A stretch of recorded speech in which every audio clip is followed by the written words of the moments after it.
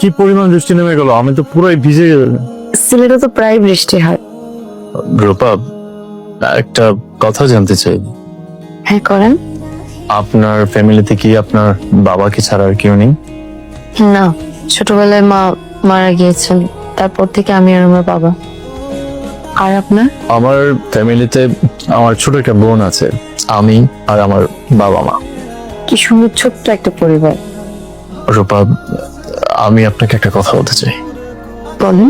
আমি আপনাকে আমার পরিবারের সদস্য বানাতে চাই। মানে? আমি আপনার বাবার দায়িত্ব নিতে চাই।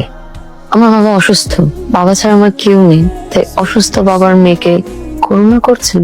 মোটেও না, আমি করুণা করছি না, এটা আমার হৃদয়ের কথা। আমি আপনাকে চা বাগানে প্রথম যেদিন দেখেছিলাম, সেদিন আমার মনের মধ্যে কিছু একটা বদলে গিয়েছিল।